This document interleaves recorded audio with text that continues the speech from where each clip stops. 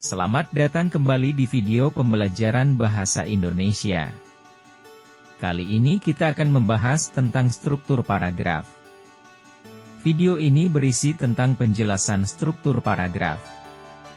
Paragraf merupakan kumpulan kalimat yang saling berhubungan untuk menyatakan atau mengembangkan sebuah gagasan.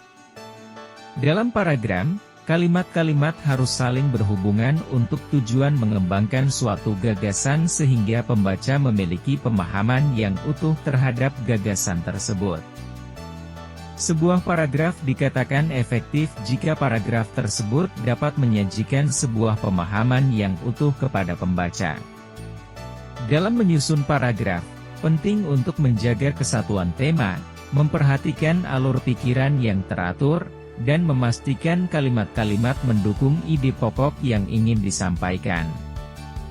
Dengan struktur paragraf yang baik, pembaca dapat lebih mudah memahami pesan yang ingin disampaikan dan mengikuti alur pemikiran penulis.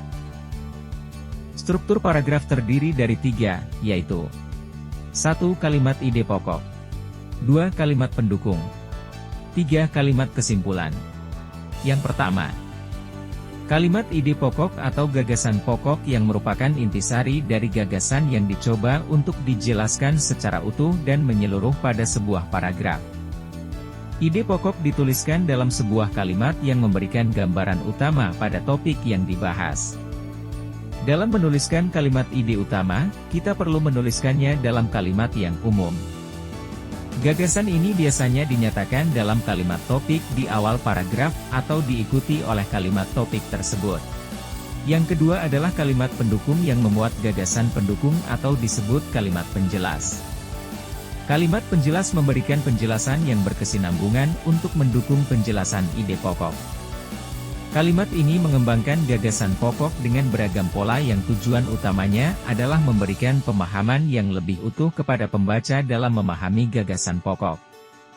Paragraf akan mengandung beberapa kalimat yang berfungsi untuk menjelaskan dan mengembangkan ide pokok yang telah diperkenalkan. Kalimat-kalimat ini memberikan informasi lebih rinci, contoh, atau bukti untuk mendukung ide pokok paragraf. Yang ketiga adalah kalimat kesimpulan.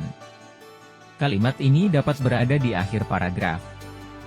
Dalam menuliskan kalimat kesimpulan, kita dapat menuliskan kembali ide pokok dalam gagasan pokok sebagai penguatan atau dapat juga memuat komentar akhir terkait topik dari gagasan pokok. Fungsi kalimat kesimpulan adalah memberikan penutup yang jelas bagi paragraf dan menegaskan kembali atau menyimpulkan pokok-pokok penting yang telah disampaikan. Kalimat kesimpulan biasanya mengandung beberapa unsur yaitu 1. Merangkum ide utama, 2. Memberikan penegasan, 3. Menyimpulkan poin-poin pendukung, 4. Mengarahkan ke paragraf berikutnya.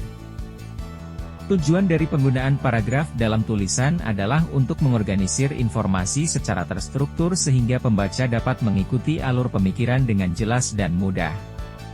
Paragraf membantu menyajikan ide atau informasi secara terperinci dan terstruktur sehingga dapat dipahami dengan baik oleh pembaca.